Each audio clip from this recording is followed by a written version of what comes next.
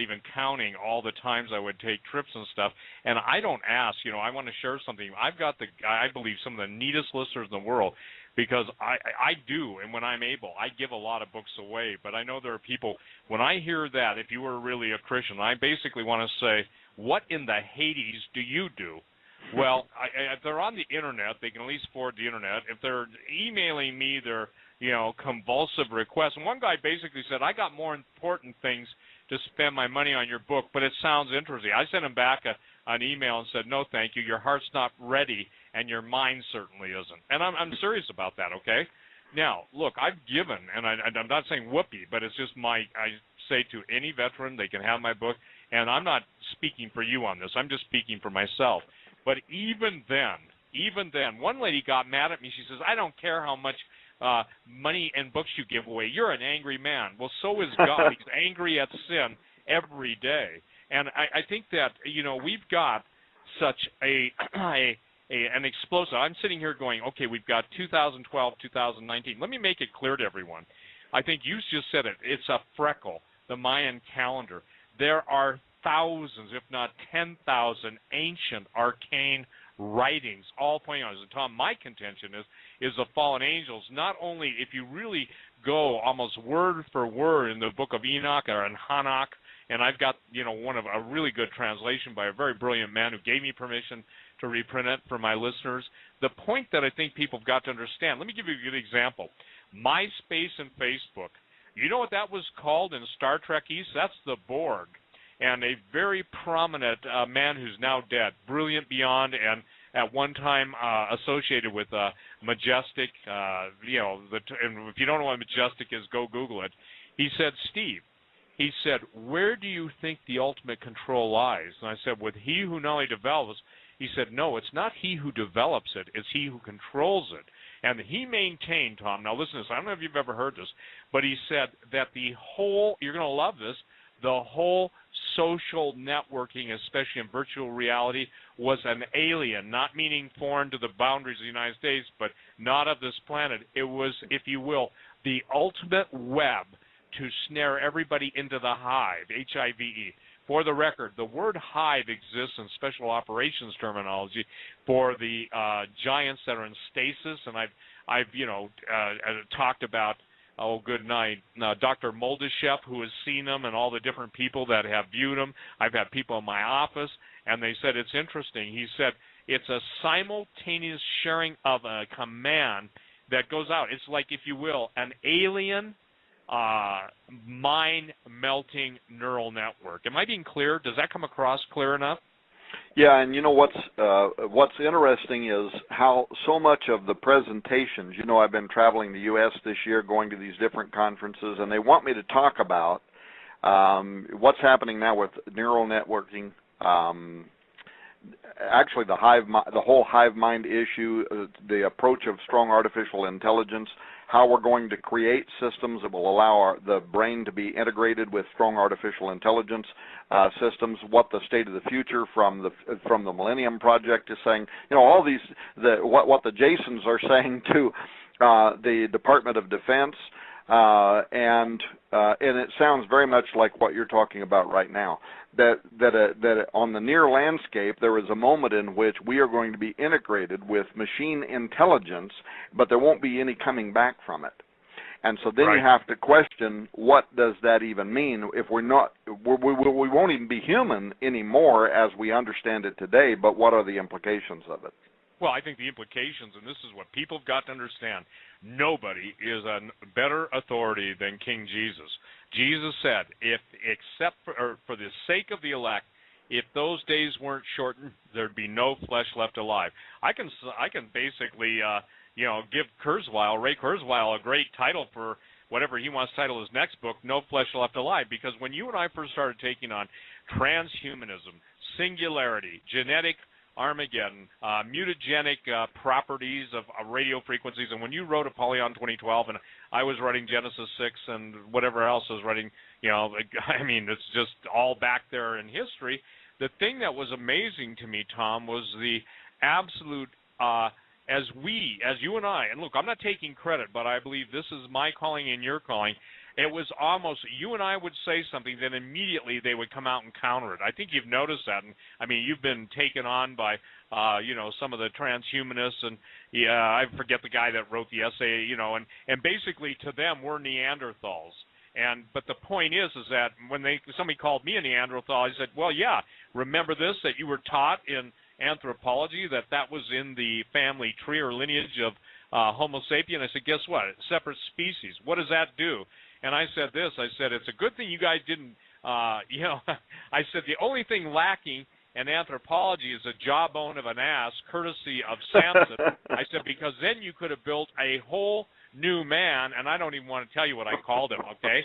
Well, I'll tell you this. Assicus ridiculous about, around the jawbone of ass. If people don't know what I'm talking about is that entire, whether it's Australopithecus, tell me again, because only Steve Quayle could come up with this. Assicus what? Well, I forget what I just said. Assicus stupidicus. Because again, I'm sorry, but I come on, it's a biblical term, or maybe it should be more biblical. Assicus dumicus. Okay, there you go. Yeah. That dumbass speaking. That is a scripture. Look, here's what I think. I want to say this one more time.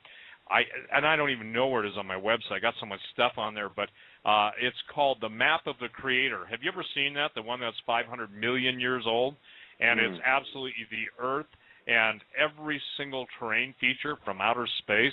It's almost as if you were basically with the Hubble's telescope looking down on the Earth and every ridge, every valley, and they claim. And look, I'm not going to argue over dating, but and even these things, they all have that coordinated time sequencing. So here's what I'm saying. I don't believe, Tom, that people understand that they've already, if they're on Facebook, and I am opposed to it, if they're on, what is it called, Twitter, Flitter, whatever it is, I know what Twitter is, and I really don't. I'm not on it, okay? But basically, the thing that people have got to understand, you have been assimilated. Before you were told you were going to be assimilated. And when I was talking to a special operations general, he said, Steve, this is how the giants return. This is how the fallen angels work. I went, oh, I get it. That's even their alien technology. And he said, you're starting to see it now. So, Tom, here's what we're trying to tell people tonight. Okay, everything is in place for the final pope, the revealing of Antichrist. If people don't like the time frame 2012 to 2016, putting Jesus into 2019, I'll inevitably get, well, we're going to be out of here before then, so all you guys are wasting time.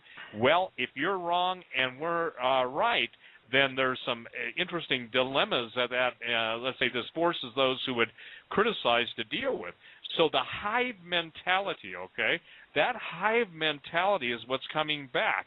Because when you deal with the world of the occult, it's amazing. And I've interviewed enough of those guys over the years, and ladies, to know that it's like they know that they know when they're all together. And I'm not just talking about Beltane or Samhain or whatever. I'm talking about there is a hive-like mentality. Now, if you oppose the hive, you're given the most wonderful thing that God, the King of Glory, has ever created, and it's called free will. I'm not chemically determined. I'm not a spontaneous outburst of an amoeba's love life. We are, you've got to have that one too. We are absolutely designed with the most careful, the most beautifully articulated genius, the fingerprints of genius, the heart of God, the absolute Spirit of God, the good night, the Ruach, I think it's what in Hebrew, Ruach, I can't do it, but Ruach HaKodesh, and the thing is that we exploded with life, and now, can I tell you something? We're too, and I'll use this word because the other word would be offensive, we're too bloody lazy to even take up that cross, which represents all the power, all the absolute redemption, everything Jesus is. And when Jesus said, to as many as receive me, him speaking, gives he the power to become the sons of God, it is a question of power. And right now, the ball of power, if you will, is in their court. God did say, Tom, and I think you're the antidote for this. I'm the antidote. David certainly was. And everybody who writes apologetically, there's some amazing men and women of God out there writing. But the point is that God's people are destroyed for lack of knowledge. Now, that's a cutesy statement until you start asking the Lord individually in prayer, Lord, does that apply to me? And God says in that scripture, you know that, it's because not they aren't presented with the knowledge, but they renounce it or they reject it, okay? They won't embrace it because it interferes with their paradigm. You and I have talked about the day, if they have their way, there is no more humanity. And I got to tell you something. My favorite website is your website. I mean, I do mine, and it's a compendium of everything, and I really love Raiders because obviously you and I have been doing this long enough to know that, we know where it's headed, and we're trying to lead people out of the path of destruction. But I got to tell you, ladies and gentlemen, when we talk about transhumanism, singularity, robotics, and sentient robots, and basically the Hercules gene being introduced into super soldiers, or all of the qualities that you're now hearing coming out of DARPA, I'm telling you, Tom, people have got to understand the day of apathy, indifference, and casual yawning, burping, and chirping in church is over, in my opinion. Yeah, hey, listen to this excerpt from the Current State of the Future report from the Millennium Project. It's just a short excerpt, but think of the implications of this short paragraph. Quote, as computer code is written to create software to augment human capabilities, so too genetic code will be written to create life forms to augment civilization, end quote. Wrap your mind around that. And the bottom line is what they're saying, Steve, is your point, that humanity is being assimilated right now, that artificial intelligence is on the near horizon, that our brains will be integrated with these systems. But then what's going to happen is that our natural, God-created, normal, human gray matter is not going to be able to process the teraflops of information that will be necessary to be integrated to the Borg. And so then what's going to happen is new forms of life, genetic code is literally going to have to be written that will then be integrated with our cognitive capacity in order to bring us up to a point where we will be able to appreciate being a part of this new Borg technology. This is being forecast for the immediate future. They're saying essentially right now the code has to be written. So, Steve, as always, you're prophetic and you're ahead of the curve on what's happening, but most of the world's not going to get it. I would say this, and I found this out, by the way, after my house burned down last year. The sympathy, because we've talked tonight about, the other side, the waterless cloud society that's out there working overtime, the buzzing flies of the Lord of the Flies that's trying to distract people from the truth. But there is another side to that, and I'll tell you what, when my house burned down, there was people from all over the world that wanted us to know that anything we needed, I don't care if it was money, a place to live, a car, automobiles, people were willing to give us anything. And if we had been the kind of people who would take advantage, we could have went on our website and said, please help us, and we could have milked a ton of resources out of people. I'd never do that, and so we went on Prophecy in the News with Gary Sturman, and we said, we're okay, don't worry about us. We had insurance on our home. We've got a temporary home. We're in it right now. The kind of stuff that can't be replaced is lost, obviously, little pictures that the children made for us when they were coming up through school and that sort of thing. So it was particularly hard for Nita, but those are the kind of losses that money's not going to do anything to help anyway. And we wanted people to know that. Now, there were a few people that still gave anyway, even though we were telling them not to.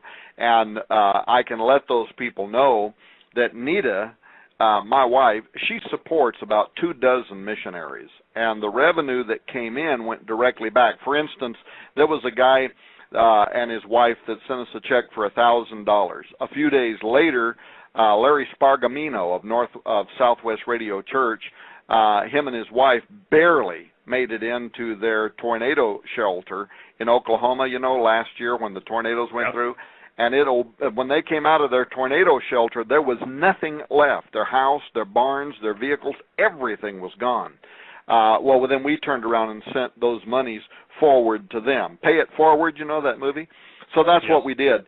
And I'm very thankful